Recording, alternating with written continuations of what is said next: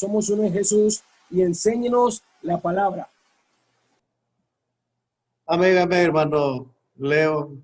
Gracias por cederme pues ya este tiempo y vamos pues así, después de esta oración, dar ya inicio a la exposición de la palabra de Dios. Así es que quiero pues invitarles a que tomemos una lectura para poder tener la base de lo que es esta enseñanza. Y quiero pedirles que tomemos la lectura en Daniel capítulo 2. Daniel capítulo 2, versículo 30 al 45. Vamos a dar esta lectura en el nombre del Señor Jesús. Daniel 2, 30 al 45. Y dice así esta palabra: y a mí me ha sido revelado este misterio, no porque en mí haya más sabiduría que en todos los vivientes, sino para que se dé a conocer al rey la interpretación y para que entiendas los pensamientos de tu corazón. Tú, oh rey, veías, y aquí una gran imagen. Esta imagen, que era muy grande y cuya gloria era muy sublime, estaba en pie delante de ti y su aspecto era terrible. La cabeza de esta imagen era de oro fino, su pecho y sus brazos de plata, su vientre y sus muslos de bronce, sus piernas de hierro, sus pies en parte de hierro y en parte de barro cocido. Estaba mirando hasta que una piedra fue cortada, no con mano, e hirió la imagen en sus pies de hierro y de barro cocido, y los desmenuzó. Entonces fueron desmenuzados también el hierro, el barro cocido, el bronce, la plata y el oro, y fueron como tamo de las eras del verano. Y se los llevó el viento sin que de ellos quedara rastro alguno. Mas la piedra que hirió a la imagen fue hecha un gran monte que llenó toda la tierra.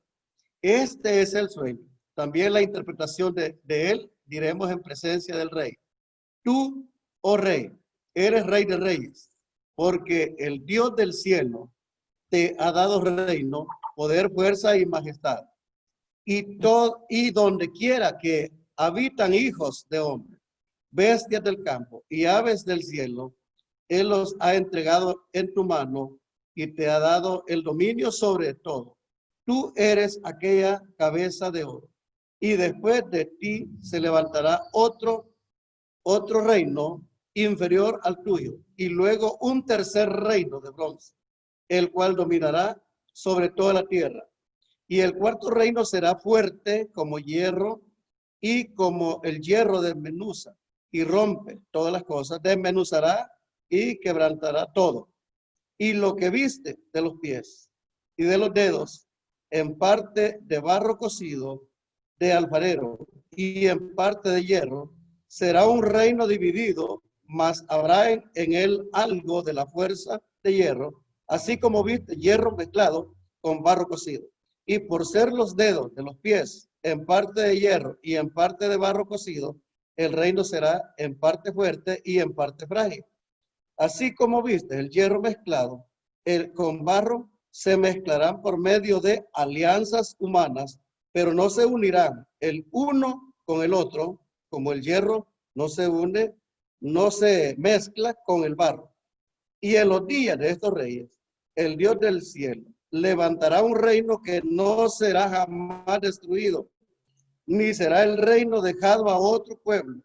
Desmenuzará y consumirá a todos estos reinos, pero él permanecerá para siempre. De la manera que viste que el monte fue cortado, una piedra, no con mano, la cual desmenuzó el hierro, el bronce, el barro, la plata y el oro, el gran Dios ha mostrado al rey lo que ha de acontecer en lo porvenir, y el sueño es verdadero y fiel su interpretación. Amén. Hemos tomado esta lectura para poder hablar sobre un tema, registros escatológicos. Así lo he titulado, registros escatológicos. Primero, mis hermanos, quiero decirles de que si la escatología es la rama de la teología que estudia los eventos finales del hombre y del universo, entonces me pone un poco bastante pensativo para poder hablar el destino final del hombre y del universo. Pero en este caso hablaré del registro escatológico, en otras palabras, de lo que ya sucedió. Porque hablar de escatología bíblica es muy amplio, pero para este tiempo quiero aprovechar la lectura que hemos tomado. En realidad la Biblia es la fuente primaria para el estudio escatológico.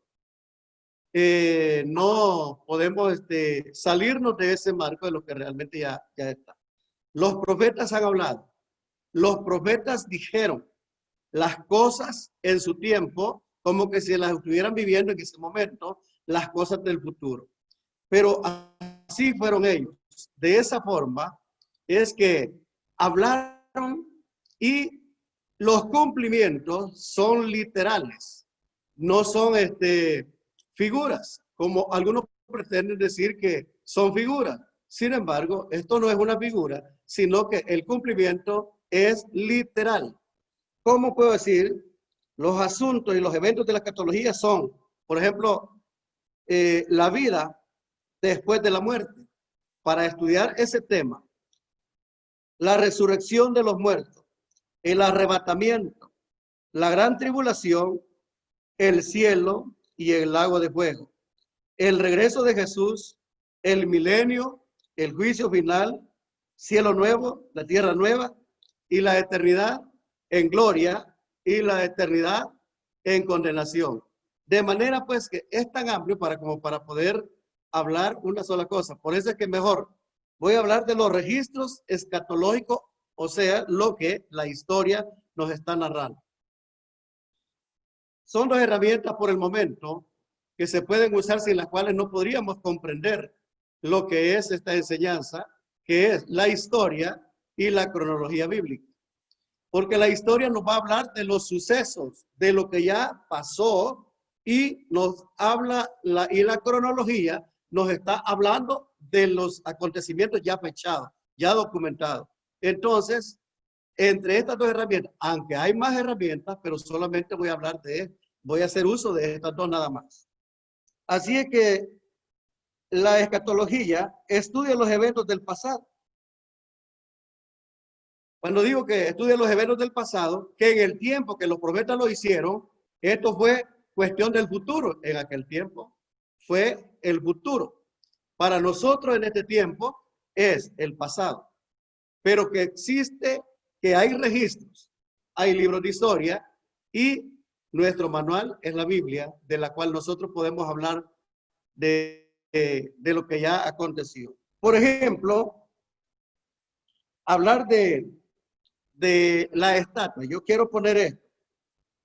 La imagen, el sueño que tuvo el rey de Babilonia con respecto a esa imagen. La realidad es que Dios, en su plan divino, se lo dio a un rey gentil.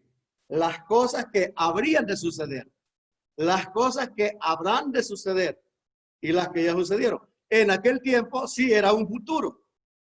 Pero hoy lo que sabemos es de que ya no es un futuro en cuanto a lo que es la estructura de la imagen. Si la cabeza de aquella imagen es una cabeza de oro y que en la escatología del sueño que tuvo el rey, que es la escatología del sueño, es lo que vio, lo que él pudo ver. Y la teología del sueño es el significado de lo que Daniel le está explicando posteriormente, porque el Dios del cielo se lo ha revelado. Así es que entonces vemos que esa cabeza de oro esa cabeza de oro tiene un principio cronológicamente. En el año 605 AC, ahí es cuando inicia la estructura de esta imagen, siendo esa cabeza el primer hombre reinante mundial llamado Nabucodonosor. A partir de ahí viene pues ese imperio que lo podemos ver, ese imperio que tuvo el sueño el rey, más la interpretación de Daniel en la visión de Daniel que los ve como bestias. Así de esa manera, esa estructura de la imagen, él lo ve de esa forma. Ahora bien, como imperio han pasado algunos reyes.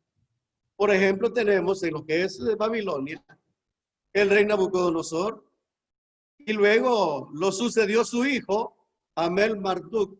Él estuvo a la cabeza por unos cuantos años gobernando, después de la muerte del rey Nabucodonosor. Pero posteriormente hubo un problema, y el problema fue de un cuñado de él, que se le hizo pues la vida difícil hasta que lo conquistó, lo mató, y entonces él se declara el rey de Babilonia, y ese hombre fue Neriglissar. Él fue el que hizo esto, y él era cuñado porque se había casado con la hija del rey Nabucodonosor. Les vengo hablando esta historia para comprender lo que es en sí el trasfondo, el alcance de lo que es esa imagen. Entonces, pero por ahí viene el tiempo para poderlo acortar.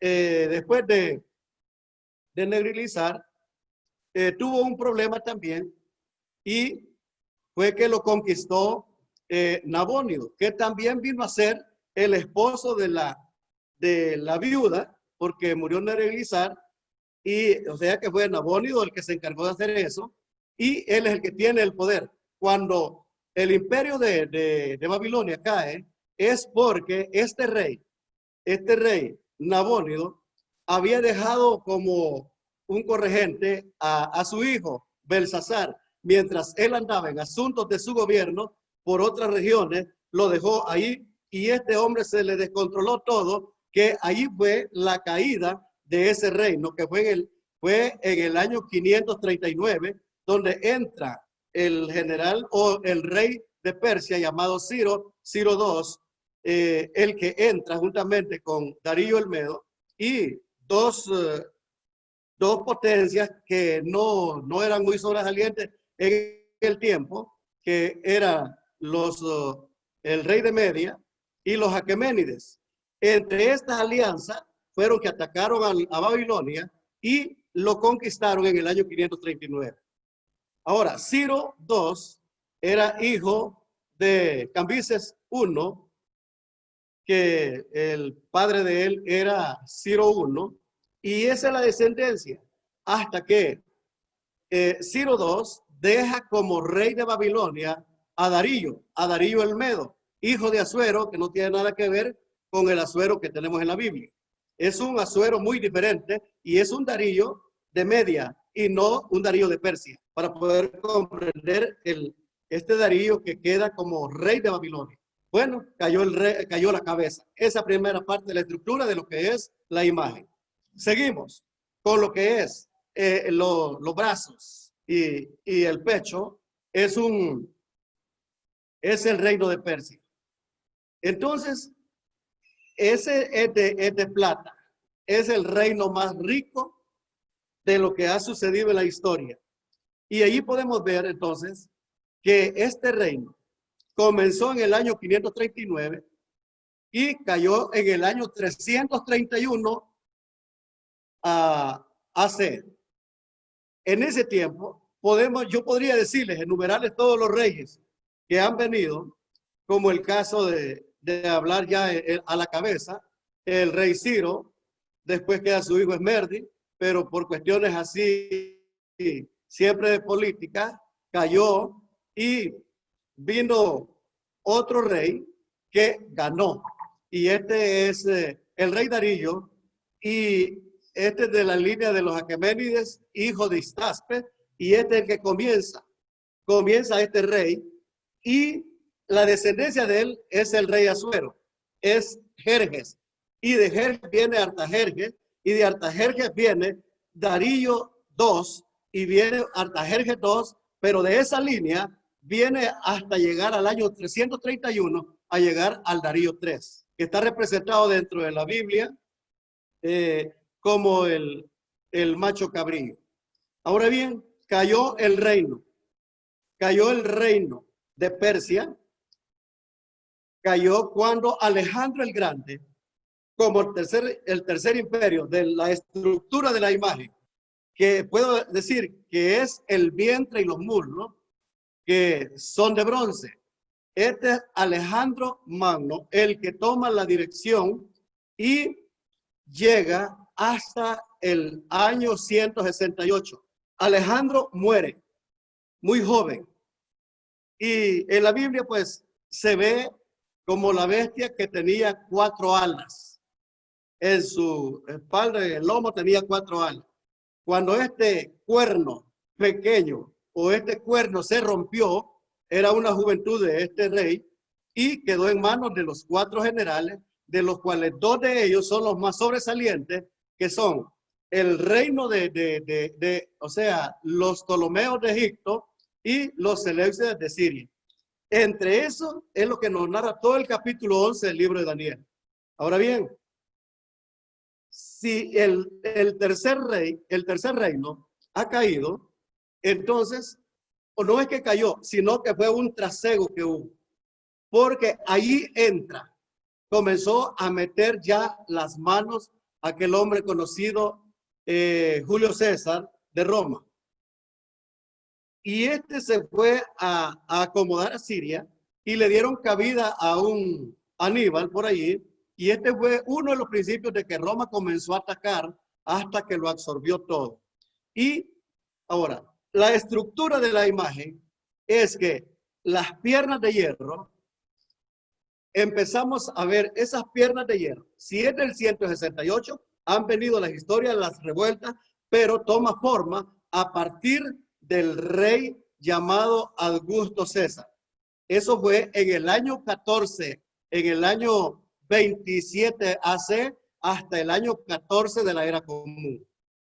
Entonces, de ahí para acá, ese Augusto César es el que está en el capítulo 2 del libro de Lucas. Y allí empezamos a ver ya que ese es el rey el emperador de Roma cuando Jesús nació, siendo Herodes el grande, el rey de Judea. Entonces estamos viendo que estamos entrando en la historia. Lo que estoy hablando de los sucesos dados que estudia la escatología del pasado. Por eso dije al principio que es una rama de la teología que estudia el destino final del hombre y del universo, mas sin embargo, me pone en qué pensar para entrar hasta allá. ¿Por qué? Porque tengo que entrar por esta parte de lo que ya está finalizado, que para aquel tiempo, en el año 540, era un futuro, más para el tiempo que estamos viviendo, pues nosotros tenemos la Biblia como historia, como lo que escribió el profeta en ese momento. ¿Correcto? Ahí estamos viendo la estructura de la imagen. Entonces, ahí vemos lo que falta. Este reino que comienza desde el año 168, de esas 2 piernas que están allí, que es el hierro, que es el imperio, que es el gobierno imperial de Roma, que es la 4ª bestia, y esa parte, en realidad, esa parte es lo que cayó en el año 476 de la era común, siendo el último gobernante de ese imperio el hombre conocido Rómulo, emperador de Roma. También quiero decirles de que está, por otro lado, correcto, ahí está el 168 AC. Por otro lado, es que también puedo mencionar en el capítulo 3 del libro de Lucas, encontramos también que allí está otro emperador de Roma muy sobresaliente porque está en la Biblia y dentro de las historias, que es Tiberio. Este Tiberio César era el emperador de Roma cuando Jesús fue bautizado. Hay una aparición entonces que cuando Jesús, él fue bautizado, a partir de ahí los problemas empiezan a ver. Antes no se veía. Hoy sí ya se empieza a ver qué es lo que Jesús está en realidad pasando los momentos difíciles en ese aparecimiento. He podido hablar entonces de esa estructura, de lo con toda seguridad puedo decir, lo que ha caído ha sido el hierro del Imperio Romano. Eso es lo que ha caído. Del año 476 en adelante, ha sido lo que conocemos dentro de la historia de la iglesia, cuando se ha estudiado eso, el poder, el engrandecimiento del poder papal. Y Roma, hasta el momento, ha quedado Roma. Ha quedado sin el poder fuerte imperial, pero sigue a través de el poder eclesiástico. Así es que, ¿qué es lo que falta? Lo que falta para que esa imagen caiga, ese sistema caiga, porque está representando el sistema, 4 poderes mundiales. ¿Qué es lo que falta entonces? Continúa, de esas piedras continúan los pies. Y los pies, ese es siempre Roma, pero que todavía no tenemos documentos o no tenemos nada, una historia, porque es cosa del futuro. Se va a cumplir. En unas imágenes donde aparece, hay una piedra que le da a los pies. Mire qué interesante. Le pega en los pies. Y lo que hemos leído en Daniel, capítulo 2, versículos 33 y 34.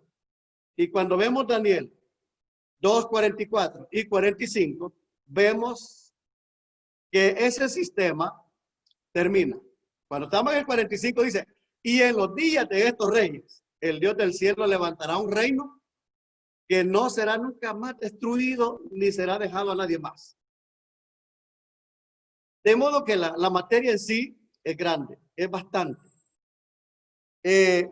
Al hablar de esto, se necesita como para poder comprender. Y qué bueno que la estatua o esa imagen a mí me sirve como un mapa.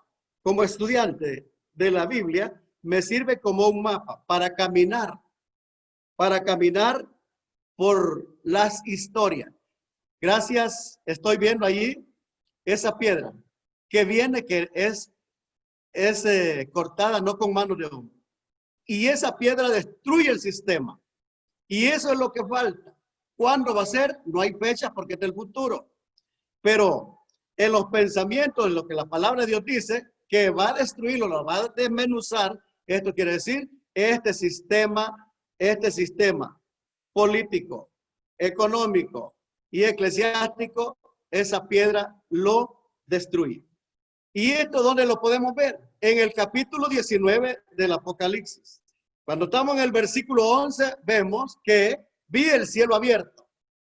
Y cuando usted se adentra de la escritura, empieza a ver todo lo que está sucediendo. Y quiero quiero acortarme más, pero quiero llegar al versículo 19. Perdone, quiero llegarle al capítulo 19 del Apocalipsis y el versículo 19. Y cuando estoy en el versículo 19, dice que están reunidos los reyes con la bestia. Están reunidos para poder a ver qué hacer, guerrear contra aquel que viene montado en el caballo blanco. El que viene a darle fin al sistema, al que viene a darle el último toque y luego comienza, después de toda esa destrucción, comienza el gobierno milenial. Muy bien. Entonces, el tiempo de estos poderes mundiales, el Dios del cielo va a desmenuzar a todos los reinos del mundo por medio de la piedra, que es el Señor Jesús, y establecerá su reino eterno, lo que estamos viendo, Daniel 2, 44 al 45. El último poder mundial gentil, o sea, Roma, será reavivado en el tiempo de la tribulación y consistirá de 10 naciones. Esto se sobreentiende porque las grandes profecías concernientes al cuarto poder no fueron cumplidas en la historia de la antigua Roma. Estudiar una línea de tiempo sobre escatología se puede entender la ubicación en el tiempo, la Biblia y los acontecimientos que sucederán a nuestro planeta desde el principio hasta el fin del mundo y el estado eterno. La historia nos guía a las cosas que ya sucedieron y la cronología nos documenta las fechas de los eventos que han pasado, de lo que estoy tocando con respecto a esta estructura. Otra parte, el estudio de los eventos finales del futuro, donde está involucrado el hombre y el universo. Por supuesto que ahí no hay historia cronológica, porque son cosas del futuro. Solamente la Biblia es el único faro para poderlo estudiar y entenderlo.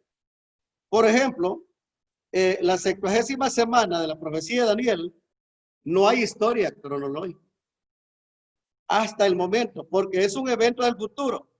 Solamente para eso tenemos Biblia y hablamos, y hay algunos que hasta dicen las cosas como están sucediendo, pero hasta allí no me atrevo, porque son cosas que no las hemos visto todavía, ni las veremos, creo, porque somos bautizados en el nombre de Jesús, porque cuando esas cosas sucedan, usted y yo, estamos seguros, ¿verdad? Nos vamos, porque dije, los muertos en el Señor Jesús serán resucitados primero. Esa es la resurrección. Y los vivos, un solo paquete con destino al cielo, al aire. Y ahí van todos los llamados de su nombre. Todos los bautizados en el nombre del Señor Jesús. Me encanta realmente conocer el celo de la doctrina y también me encanta saber a quién adoramos. Esa piedra preciosa que ahora no para todos le dan honra, solamente a los hermanos que estoy viendo en la pantalla y a todos los que me acompañan y a todos los hermanos que son bautizados en el nombre de Jesús. A todos ellos. Así es que la escatología del pasado se ocupa de una gran extensión de eventos que ya sucedieron, como lo vengo diciendo. Pero la escatología del futuro se ocupa de temas tales como la resurrección de los muertos en Cristo Jesús, el arrebatamiento, los juicios de la gran tribulación, el regreso de Jesús, el milenio, la resurrección universal, el juicio final y la nueva tierra y los cielos nuevos. Cada uno de estos temas tiene un estudio específico, tiene una profundidad en su contenido, realmente. De lo que he hablado acerca de esta imagen, el plan profético de Dios está representado en símbolos, pero sus cumplimientos serán literales. Sus cumplimientos serán literales. Por ejemplo, los profetas dijeron en su momento, dijeron que con respecto a Jerusalén, ¿qué es lo que le iba a acontecer a Jerusalén? Ellos les dijeron, pero resulta que los profetas dijeron la realidad y el pueblo oyeron ese mensaje, pero siguieron haciendo lo mismo. Hasta que se les llegó el momento. Cuando se dieron cuenta, no cayeron porque no sabían, sino porque no le dieron importancia a la palabra por medio de esos santos profetas que en ese tiempo les dijeron, les advirtieron lo que iba a suceder. Ahora bien, quiero hacer una recapitulación. Babilonia cae en el 539, siendo el rey de entonces Belsasar. Esto está en Daniel capítulo 5, versículo 30. Y quedó un rey de Media llamado Darío.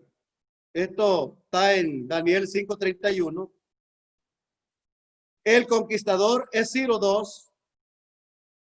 II, ya dije, hijo de Cambises I. Y luego el carnero y el macho cabrillo de Daniel 8:7 es cuando yo hablaba de Darío III, que fue el último rey de Persia hasta el año 331. 31 de la era regresiva, AC, quien fue derrotado por Alejandro Magno. Este cuerno se quebró. Daniel 8:8 y 10. O sea que este cuerno de Grecia representado por Alejandro hasta llegar a Antíoco Epifanio en el capítulo 11 de Daniel, versículo 31. Pero los macabeos le ponen paro, Daniel 11:32. La historia dice que pierde fuerza y por ahí comienza el trasiego de los romanos con los griegos, por haber dado asilo a un hombre llamado Aníbal de Cartago, quien era enemigo de los romanos. Entonces Roma ataca a Siria hasta absorberla en su totalidad. Así fue. En otras palabras, quiere decir que el tercer imperio no fue derrotado. Antíoco Epifanio no fue derrotado. Pero como metió las manos Julio César, el romano, por las cuestiones que hay mucha historia, y por ahí comienza a hacer, a comenzar a darle pues las vísperas del cuarto reino, conocido como la cuarta bestia. La última parte de la imagen, 2 pies o un reino dividido, los pies en parte de hierro y en parte de barro cocido, Daniel 2:41 al 43, es la segunda parte del imperio romano, la confederación de 10 naciones, o sea, Roma revivido. Interesante la imagen. Nos sirve como un mapa de acontecimientos para poder viajar en el estudio. Muy bien, gracias hermano Leo. Ahí están las fechas que le estoy dando. Ahí está la 476, hasta donde llegó el imperio romano, siendo el último emperador Rómulo. Comenzó con el primer emperador Augusto César, y finalizó con Rómulo. En el 476, el poder imperial de Roma se acabó, hoy está en suspenso. Así es que, en conclusión, esa parte que falta de la estructura de la imagen se llama, toda la estructura se llama sistema mundial, compuesto por 4 imperios. Y lo bonito es que en Daniel 2:34 estaban mirando hasta que una piedra fue cortada, no con mano, e hirió a la imagen en sus pies de hierro y de barro cocido y los desmenuzó. Esto no es que ya pasó, esto es cuestión del futuro, no hay cronología, solamente la Biblia es la única base.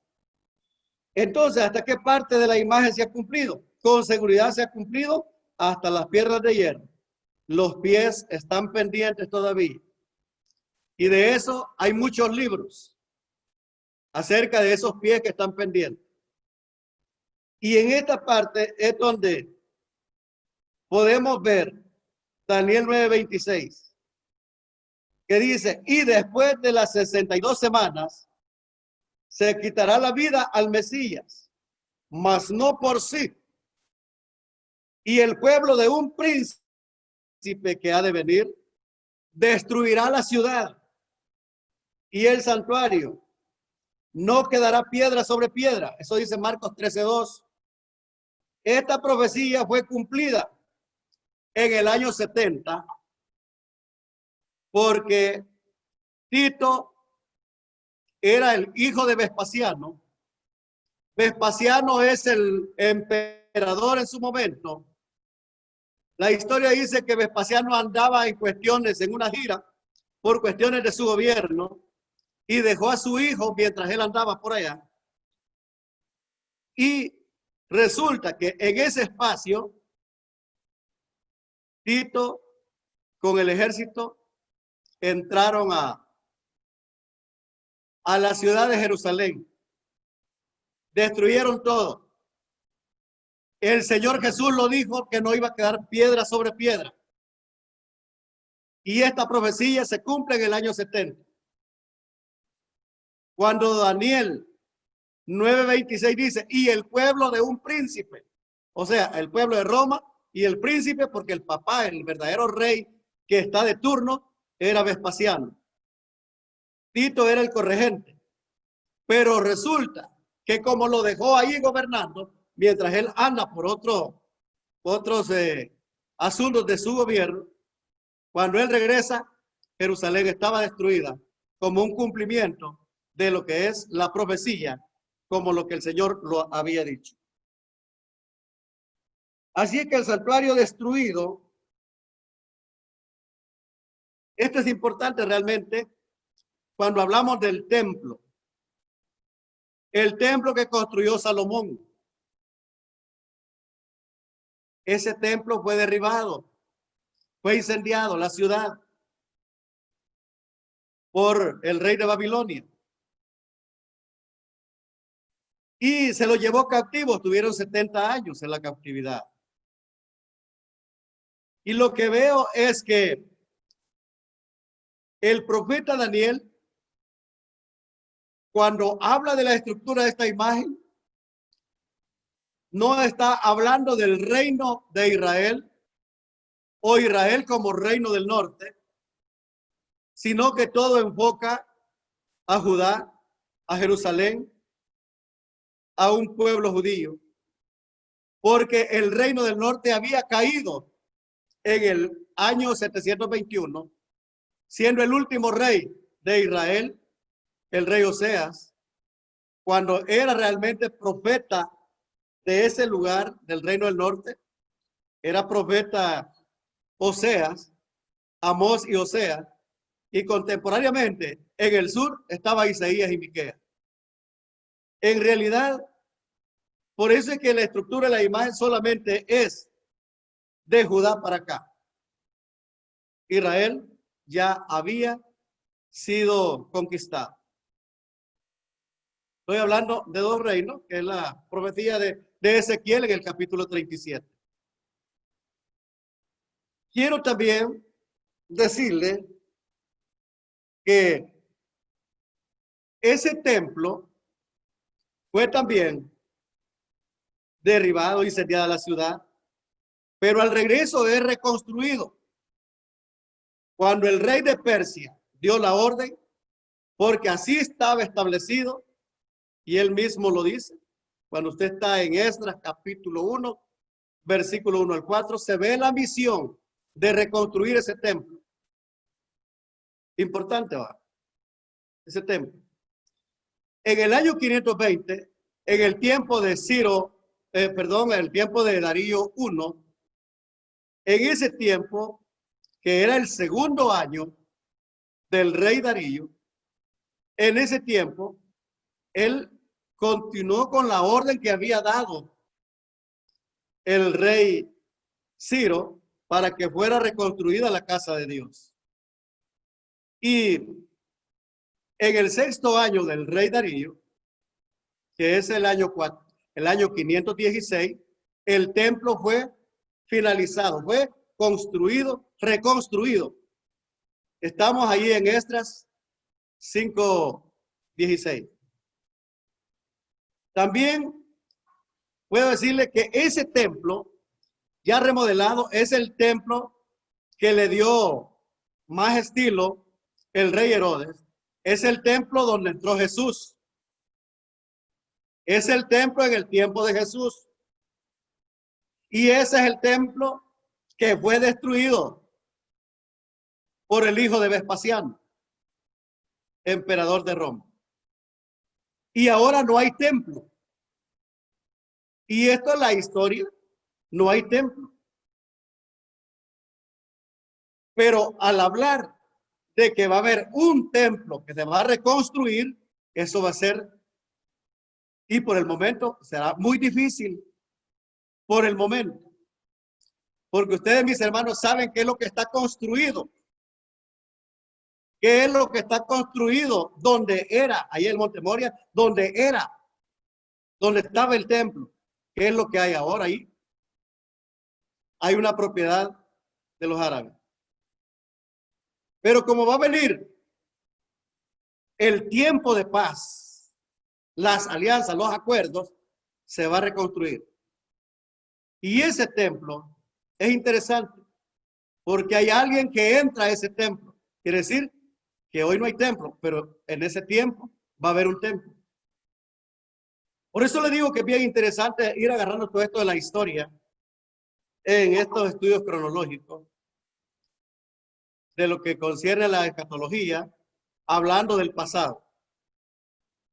Entonces es interesante porque viene la siguiente parte, donde en otra ocasión me va a tocar hablar de los pies. Voy a hablar de los pies. Y eso solamente la Biblia será el único faro, la única para poder hablar con todo respeto, no salirme y dogmatizar algo, especular de algo que realmente no sea cierto. Porque cuando eso sea, realmente ahora podemos hablar con propiedad las cosas que han acontecido por las historias que existen. Pero resulta de que, como Daniel 9:27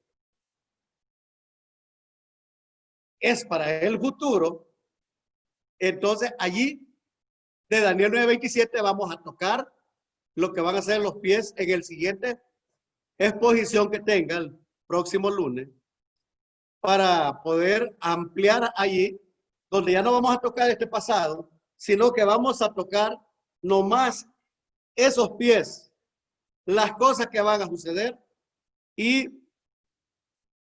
pero por supuesto lo que dice la Biblia. Ahí vamos a hacer uso del libro de Daniel y del Apocalipsis para hablar acerca de eso, para comparar lo que dijeron los profetas. Y en realidad muy interesante. En Daniel capítulo 11, versículos 31 y 32. Y se levantará de su parte tropas que profanarán el santuario y la fortaleza. ¿Pero qué santuario? ¿Pero qué tropas? ¿Qué rey es ese? Estamos hablando del Antíoco Epifanio, que es del Tercer Imperio. Y no lo vamos a confundir porque ese es el cuerno pequeño del capítulo 8 de Daniel.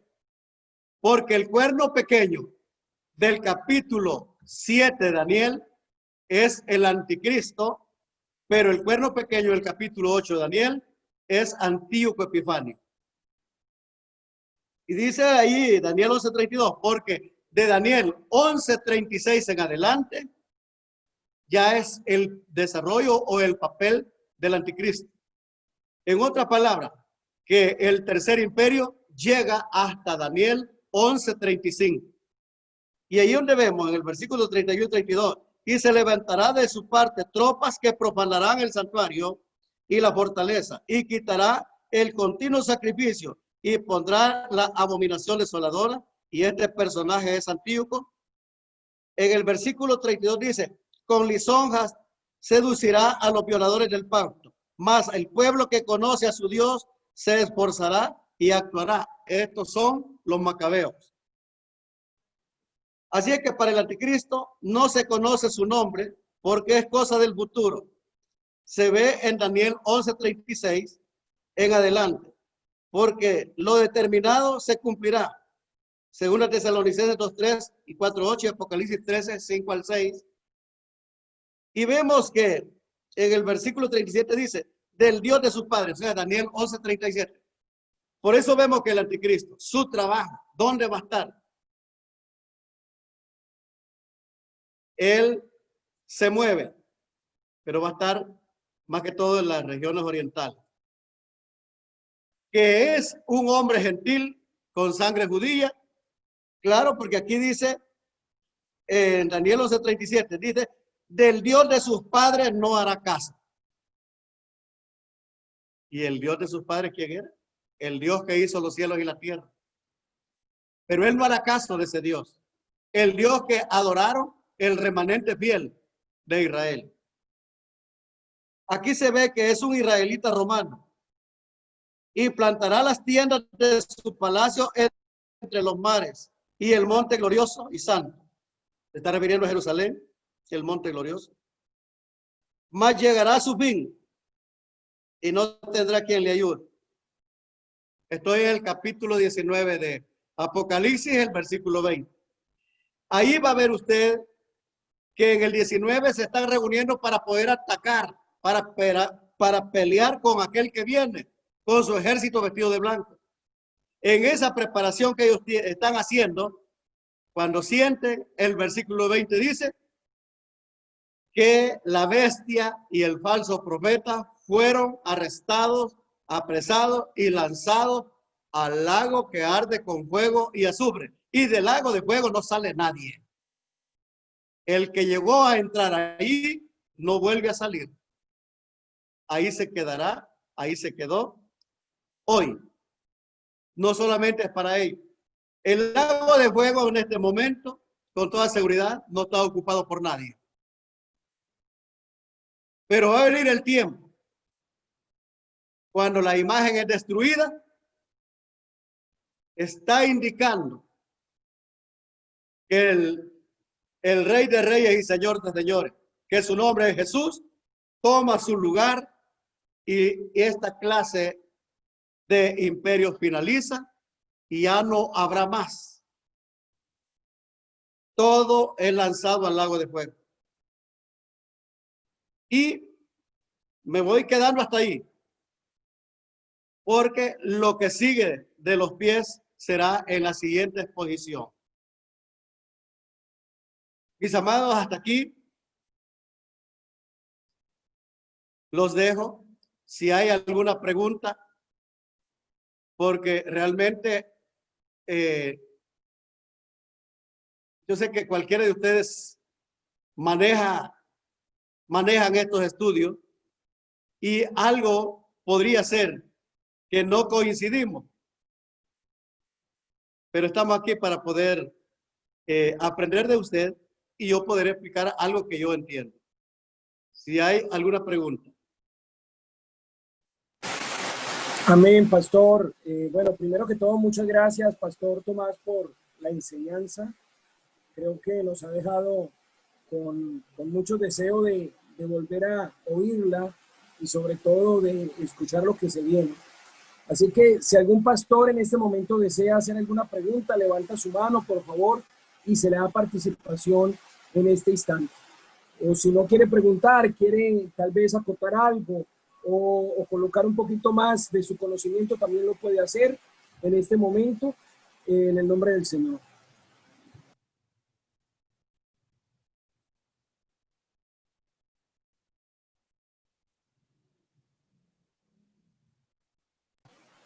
No todos, no todos, no todos a la vez. A ver, ¿quién desea preguntar o decir algo? Amén.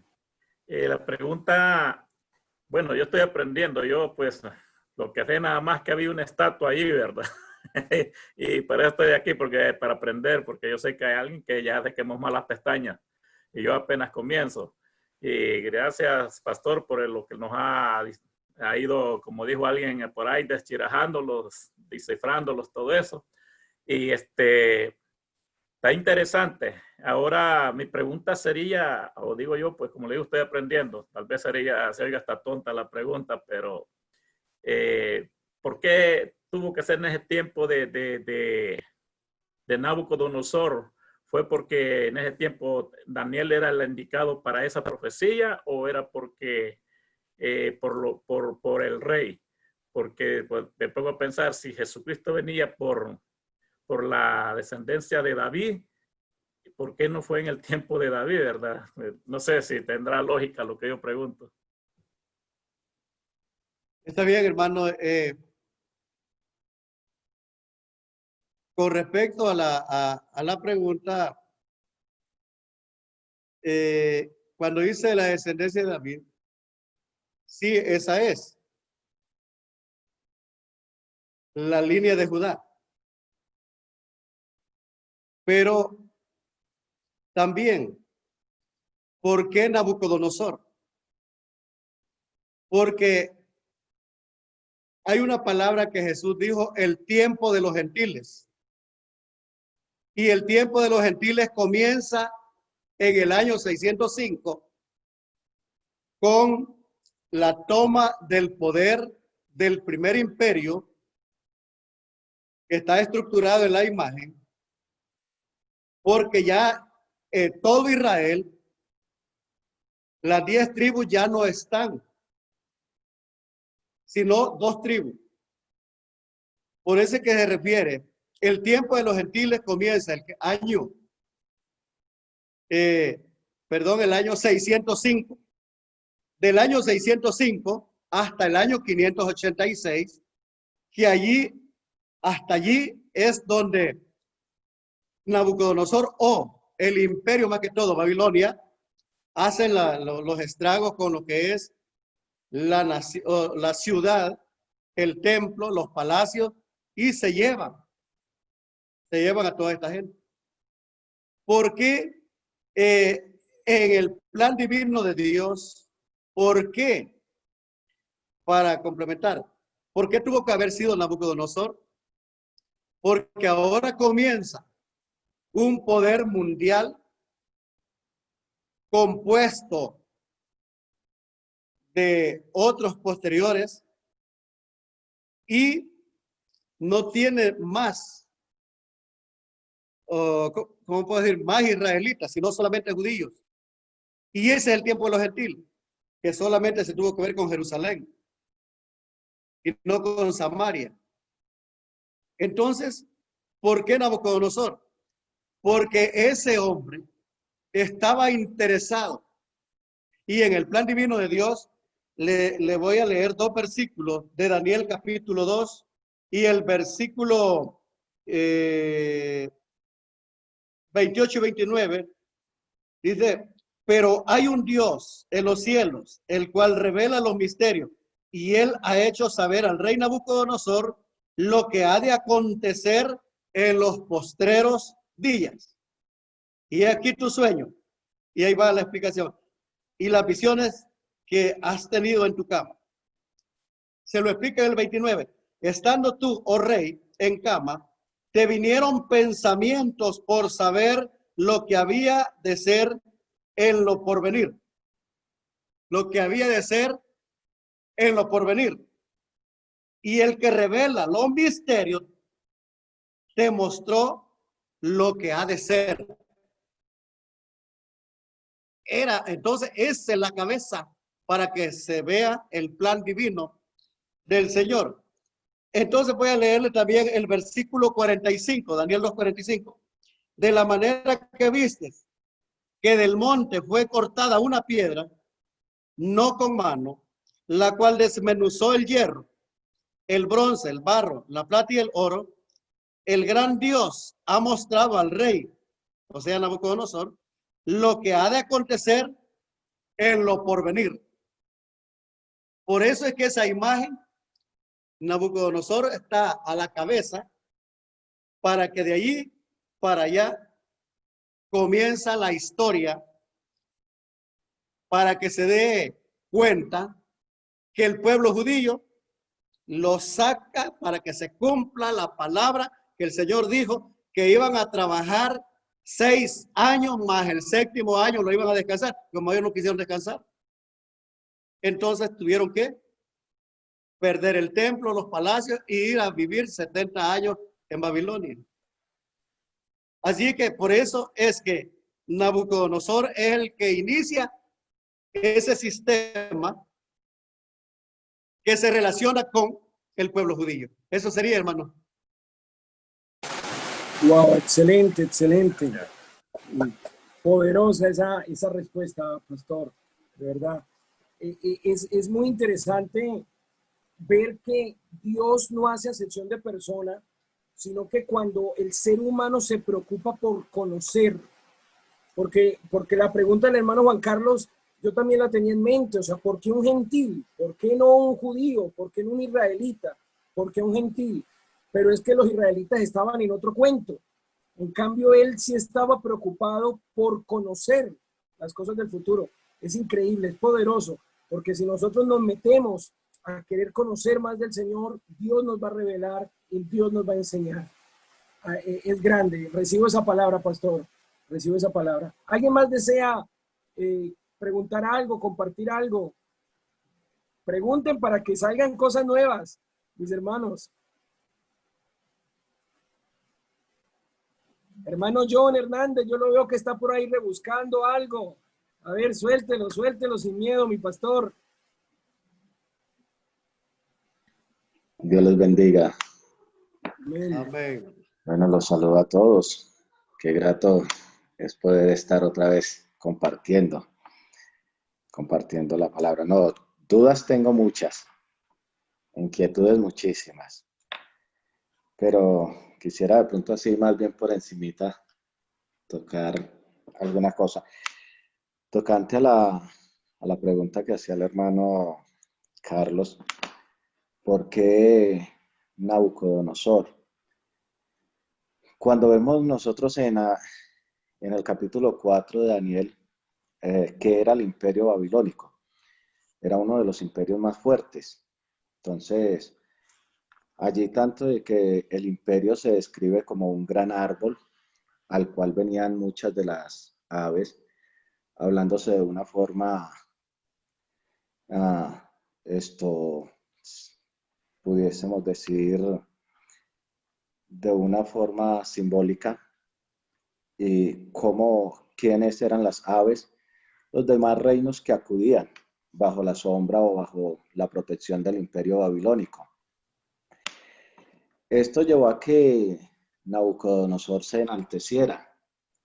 Entonces es donde ya se dice que ese árbol sería cortado, su raíz no sería arrancada, sino que su tronco sería atado con hierros, allí para mantener esa raíz que al cabo del tiempo retoñaría. Entonces es donde viene ya el imperio, cuando vuelve y surge. No surge con la misma grandeza, ya surge un poco más débil. De allí se desprende todo aquello. El tiempo de los gentiles es otra de las inquietudes. Cuando empieza, si hablamos acerca del tiempo de los gentiles en el libro de Hechos de los Apóstoles, cuando se abre en la casa de Cornelio, o sea, el tiempo de los gentiles. Luego se habla de la plenitud de los gentiles, que es cuando ya entra toda esa plenitud al Evangelio. Entonces sí tengo pues un poco de inquietudes. Vamos a ir despaciecito. Referente a los tiempos de los gentiles, hermano, si bien es cierto que la plenitud de los gentiles se está refiriendo ya al final. Al final. Sí, sí, señor. Cuando se habla del tiempo, la plenitud de los gentiles es culminando. Sí, señor. Así que, o sea, la plenitud de los gentiles se está refiriendo a toda la estructura de la imagen. Toda la estructura de la imagen es el tiempo de los gentiles. Porque una cosa es los gentiles bautizados en el nombre, que es muy diferente, que los gentiles que no conocen nada y son gentiles. Por ejemplo, nosotros llamémosle, pongámonos el apodo cristiano. Nosotros somos gentiles cristianos, porque hay muchos gentiles que no son nada. Hace la diferencia. Hay muchos judíos cristianos, pero hay judíos que no son cristianos, ni quieren saber de eso. Así que por eso, al tocar el tiempo de los gentiles, en la estructura de la imagen es el poder, porque esos no son poderes espirituales, sino que son conocidos en la visión como bestias.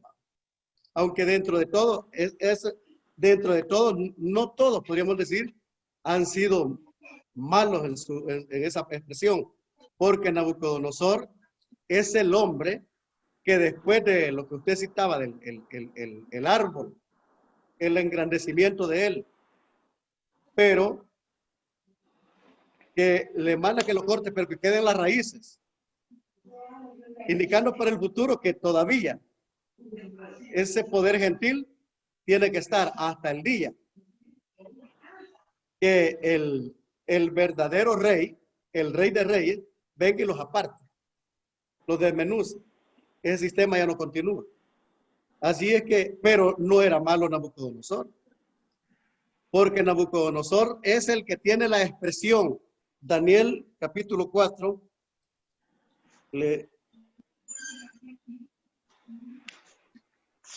4:37 de Daniel.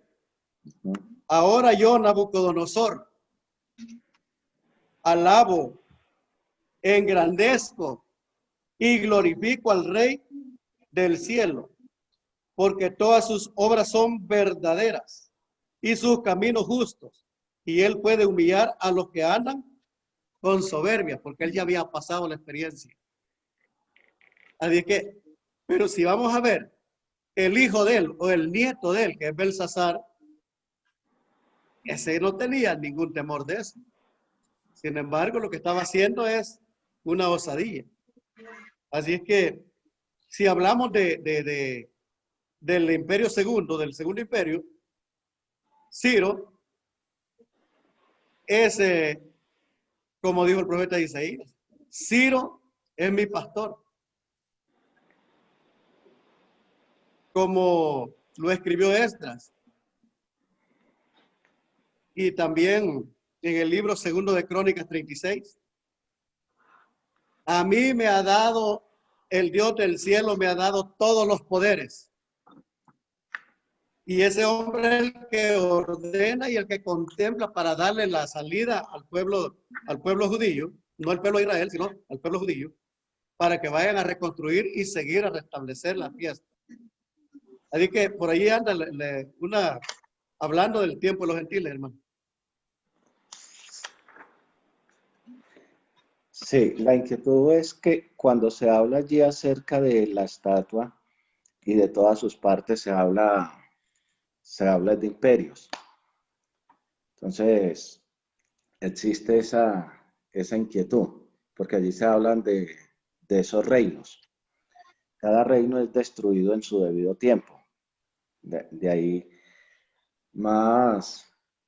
de pronto, más que centrarnos en cuanto al pueblo gentil, se está centrando en ese campo de los imperios, los reinos. En ese caso, por ejemplo, la cabeza que es el rey de Babilonia, hablando de los que pasaron por ahí, Nabucodonosor y algo otros, cuando Nabucodonosor tiene el reconocimiento acerca de quién es Dios, como usted decía, pasa primero por ese proceso.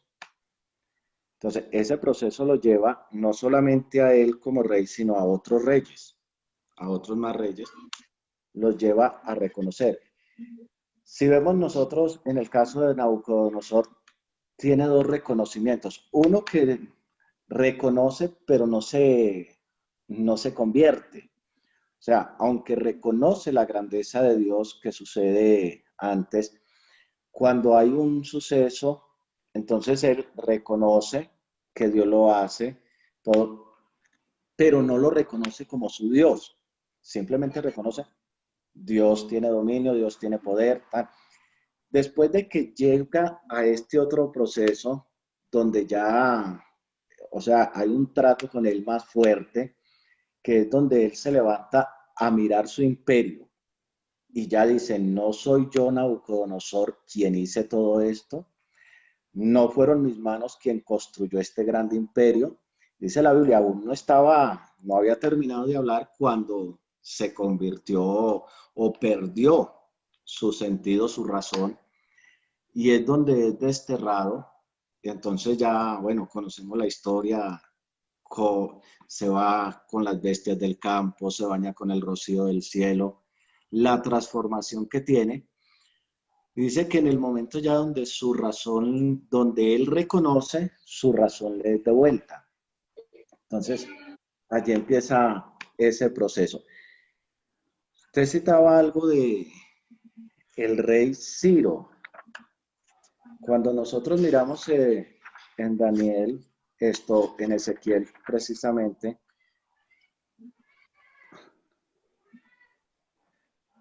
acerca de esos reinos, también suceden algunas cosas que uno dice, bueno, ¿por qué pasó eso? En el caso del rey Ciro, se le hace no solamente la comparación como el pastor, sino también se le hace comparación con un rey malo. Entonces se usan dos figuras de ese rey. Entonces, pues si hay algunas inquietudes, entonces sí, prefiero primero de pronto irlas encajando bien para tener algo más conciso.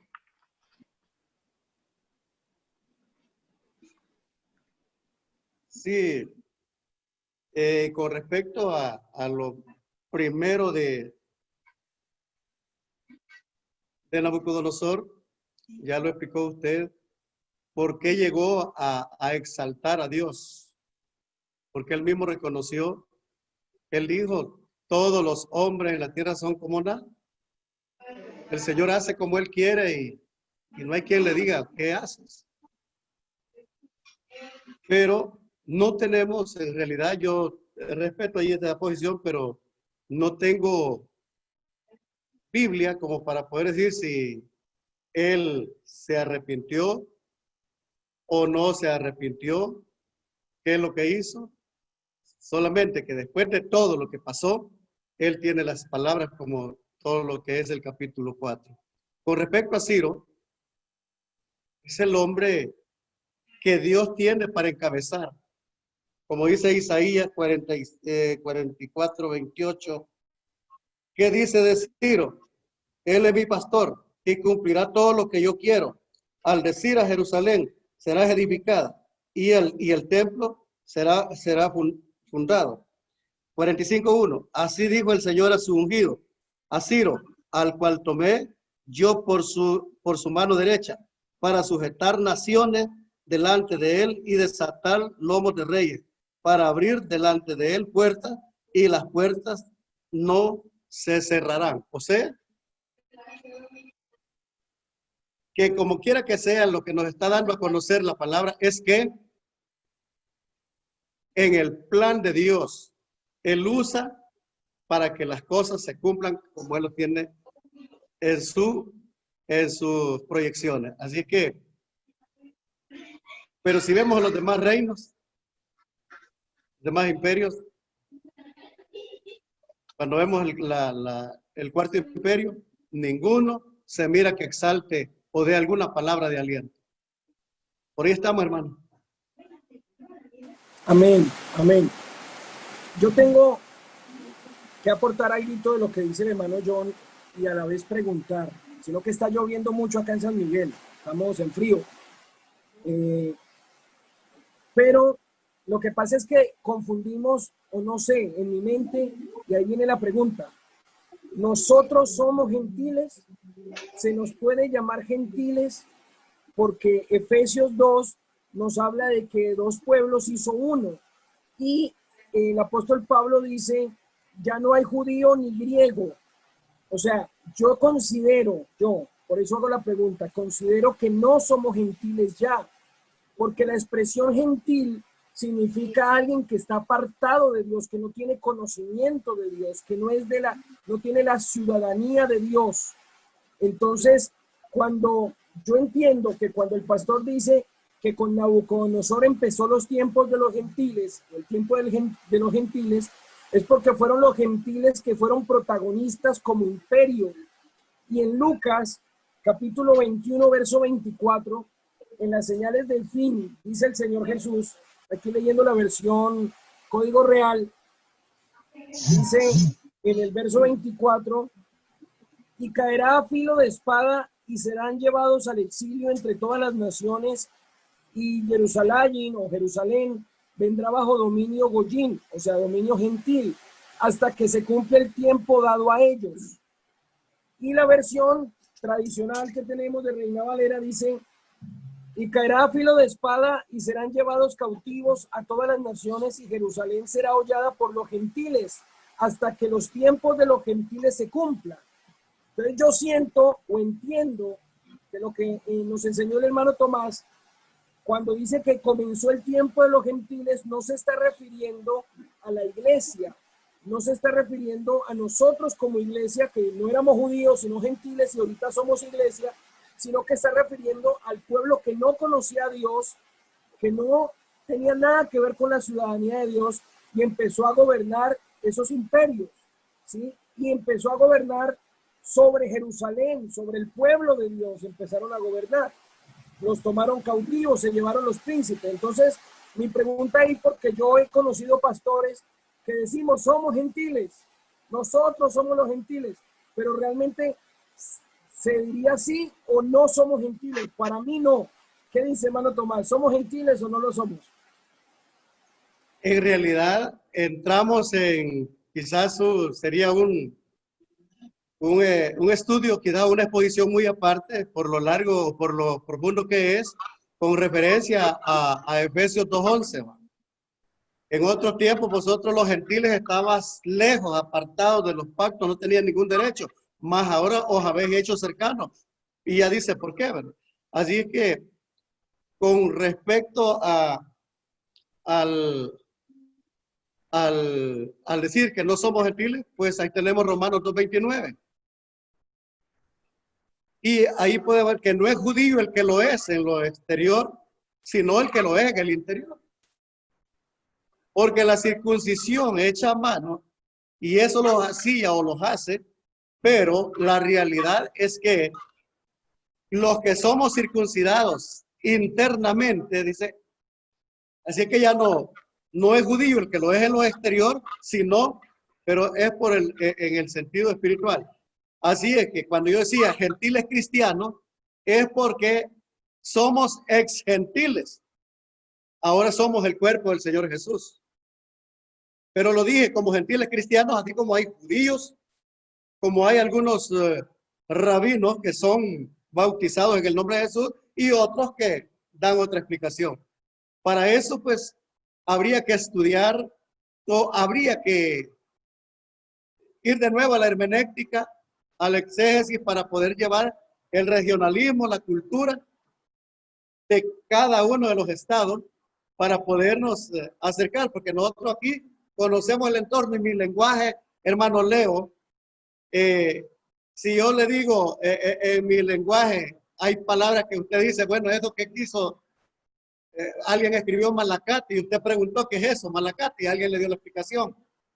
En la misma región, el continente donde estamos, nos perdemos con nuestra cultura, nuestro vocabulario.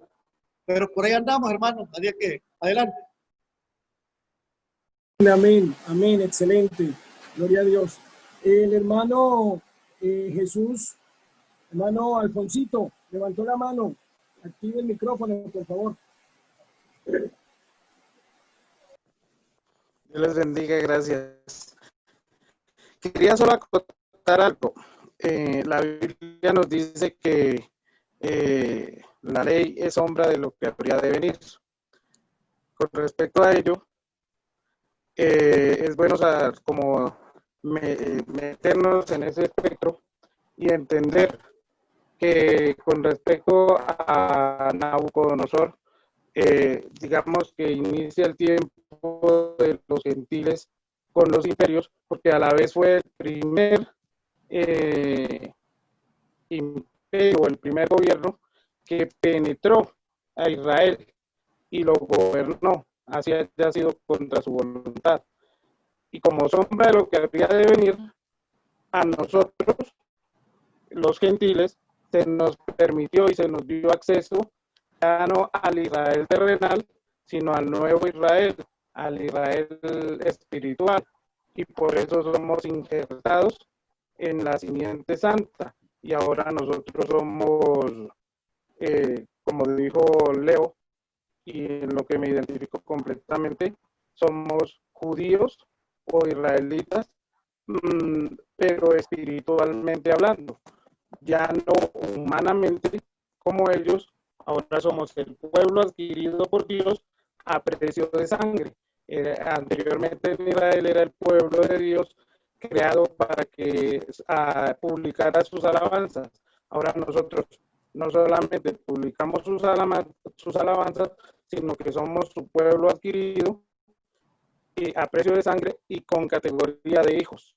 No sé si esté bien mi interpretación. Correcto. La realidad es que ya se dice que el tiempo en el tiempo que estamos, Jesús es el Todopoderoso, Él es el Rey, Él es el camino, Él es el cumplimiento de todas las profecías y por lo tanto nosotros que hemos sido bautizados en su nombre, porque el misterio está dentro de la iglesia. La iglesia era un misterio. Ahora que la iglesia es una iglesia revelada, una iglesia que no, porque hoy a cualquier cosa le llaman iglesia, ¿va? Pero la verdadera iglesia está en la Biblia.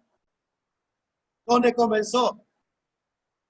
Comienza con los judíos, sigue con los samaritanos, sigue con los gentiles, para poner así, y hasta llegar ¿qué?